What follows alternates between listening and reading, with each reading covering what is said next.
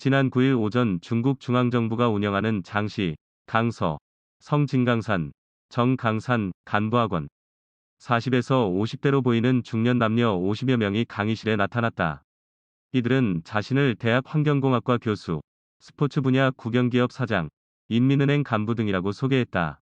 한국의 중앙부처 고위 공무원이나 공기업 임원에 해당하는 사람들이다. 이들은 이날부터 진강산 정신 고양과 조사 연구 능력 제고라는 주제로 2박 3일간 연수를 받는다고 했다. 연수는 강의와 조별 토론, 유적지 답사 등으로 이뤄진다. 진강산은 국민당 공산당 내전 때인 1927년 국민당에 쫓기던 마오쩌둥이 첫 농촌 거점을 만든 곳이다. 중국 공산당엔 성지 같은 곳이다. 2005년 이곳에 세워진 간부학원에서는 1년 내내 전국의 당 간부, 기업인, 군인들이 집중 교육을 받는다.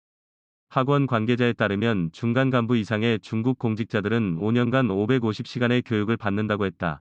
이날 강의는 천성화, 진승화, 간부학원 교수가 94년 전 마오쩌둥이 진강산에 들어와 어떻게 주민의 지지를 얻고 세력을 키웠는지에 대해 강연을 했다.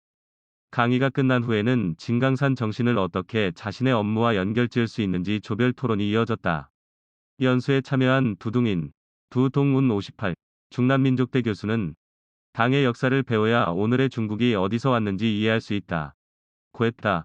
중국 전역에선 오는 7월 중국 공산당 창당 100주년을 앞두고 진강산 간부학원에서처럼 당의 역사를 배우자는 운동이 벌어지고 있다. 신호탄은 시진핑 국가주석이 쏘아올렸다. 그는 지난 2월 당 전체 차원에서 당사 교육을 전개하는 것은 일대 사건이라며 앞으로 나아갈 길을 조망하기 위해 반드시 당 역사를 공부하고 성공 경험을 전승해야 한다. 고 했다. 중국 당국이 당사 교육을 강조하는 것은 장기화될 미중 대결 속에서 내부 단결의 중요성이 커졌기 때문이다. 공산당의 정당성을 강화하는 목적도 있다. 시 주석이 중국 혁명 역사는 가장 좋은 영양제라고 한 것도 이런 맥락 때문이다. 관영 매체가 특히 강조하는 부분은 마오쩌둥이 이끈 초기 공산당 투쟁사다.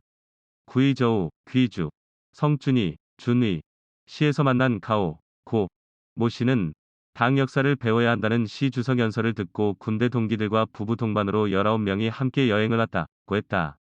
준이는 1935년 마오쩌둥이 권력을 장악하는 계기가 된 준이 회의가 열린 곳이다. 그는 마오쩌둥이 국민당 포위 추격을 피해 강을 4번 건넌 스두추수이, 사도적수, 유적지를 돌아봤다며 마오 주석의 전공을 느껴보고 싶었다. 고 했다.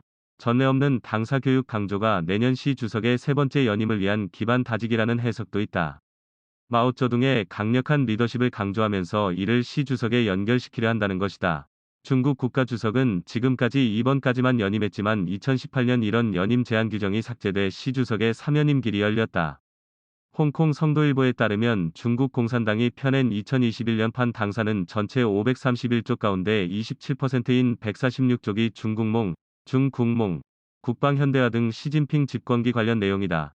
지난 10일 진강산 시절 마오쩌둥의 숙소 겸 집무실이었던 바자오로우, 팔강루 유적지를 찾았을 때 안내원은 마오의 옛 거처에 이어 2016년 시 주석이 이곳을 방문했을 당시에 앉았던 방으로 기자를 안내했다.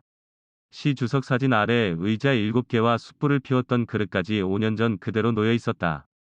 장샤오링, 장효령, 쭈니웨의 기념관 부관장은 마오쩌둥과 시 주석을 비교해 달라는 질문에 시진핑 주석은 마오 주석만큼 영향력 있는 지도자라고 했다.